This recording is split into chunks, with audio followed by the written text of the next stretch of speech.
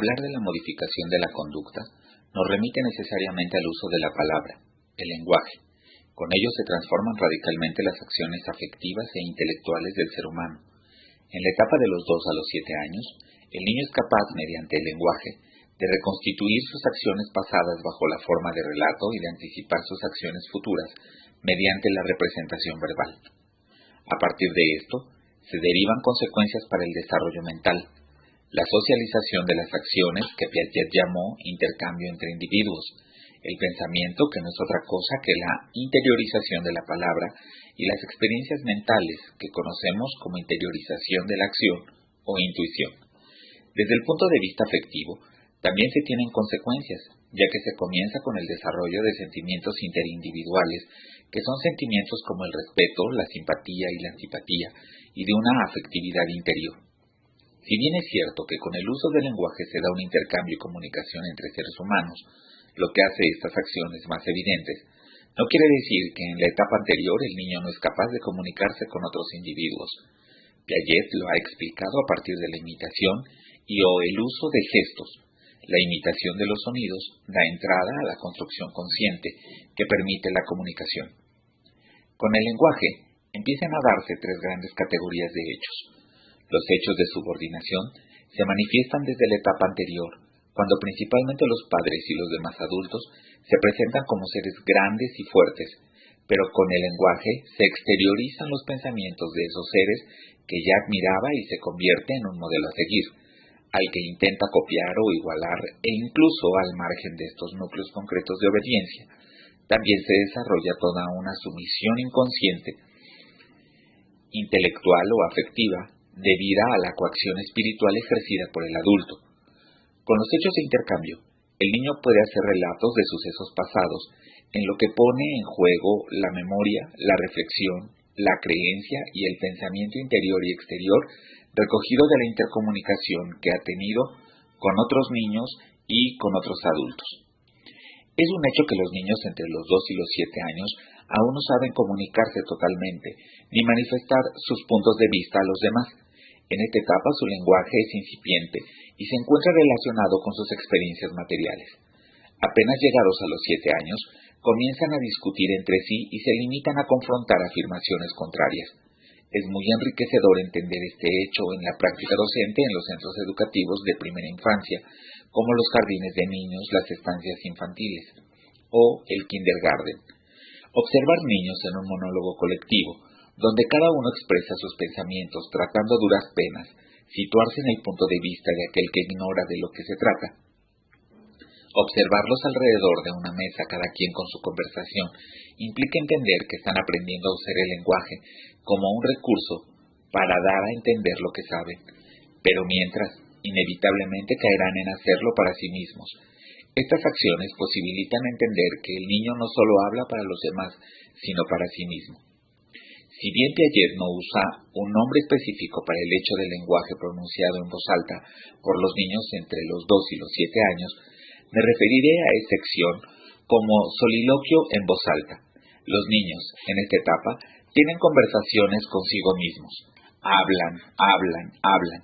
Lo he mencionado con algunos colegas docentes como que tienen conectado el cerebro con la boca, o sea, exteriorizan lo que piensan, no pueden quedarse callados, y esto es uno de los hechos que más hemos analizado con las profesoras de preescolar y de los primeros años de la educación primaria, ya que el sistema educativo en estos niveles ajusta el comportamiento a quedarse callado y castiga el hecho de no hacerlo.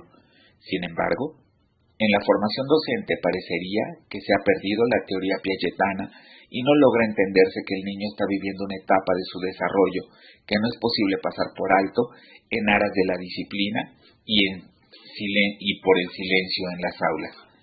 El punto de partida del pensamiento es el lenguaje, cuando éste permite exteriorizar lo que la mente está reconstituyendo del pasado.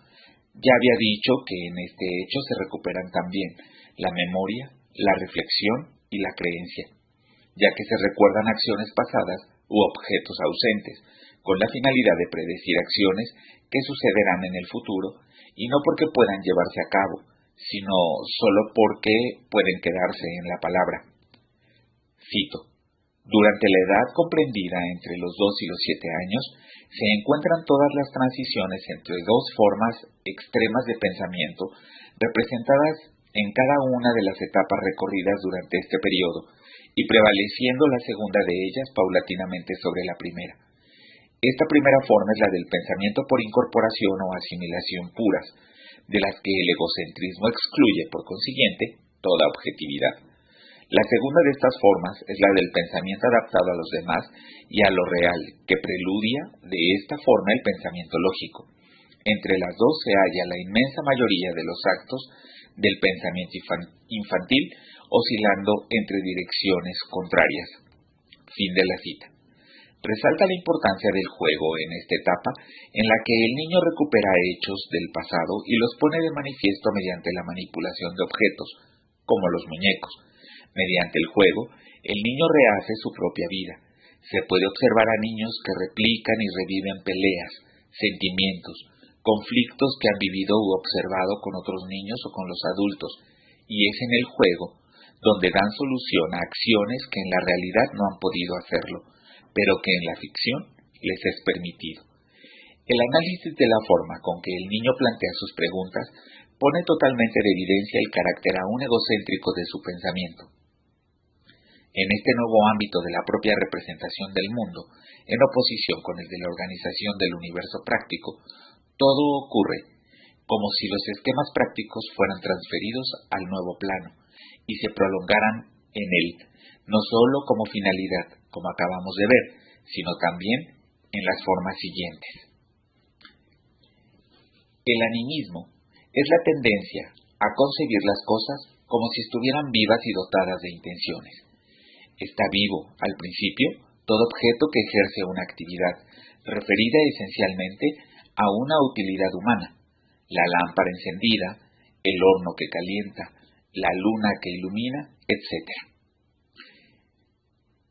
El finalismo. Cada cosa tiene una función y una finalidad, y justifican su existencia y sus características. Por ejemplo, pensar que las nubes se desplazan porque tienen que ir a llover a otro lado. El artificialismo. Creencia de que las cosas han sido construidas por el hombre o por una actividad divina, actuando según una pauta de fabricación humana. Una de las manifestaciones del pensamiento del niño entre los 2 y los 7 años es que afirma todo el tiempo y no demuestra jamás. Esto es, se manifiesta la influencia del finalismo, pero también resalta lo difícil que es para él la justificación de los hechos que observa. En esta etapa el niño es capaz de definir los conceptos que usa y solo los señala a partir de su utilización. Hasta los 7 años, el niño sigue siendo prelógico y suple la lógica por el mecanismo de la intuición, simple interiorización de las percepciones y los movimientos, bajo la forma de imágenes representativas y de experiencias mentales que prolongan de este modo los esquemas sensorio-motrices sin coordinación propiamente racional. Por último, la intuición primaria no es, por tanto, más que un esquema sensorio-motor transpuesto en acto de pensamiento, y este pensamiento hereda naturalmente sus caracteres, pero estos últimos constituyen una adquisición positiva, y bastará con prolongar esta acción interiorizada en el sentido de la movilidad reversible para transformarla en operación. La intuición articulada avanza efectivamente en esta dirección, mientras que la intuición primaria no es más que una acción global de intuición articulada. La supera en la doble dirección de una anticipación de las consecuencias de esta acción y de una reconstitución de los estados anteriores.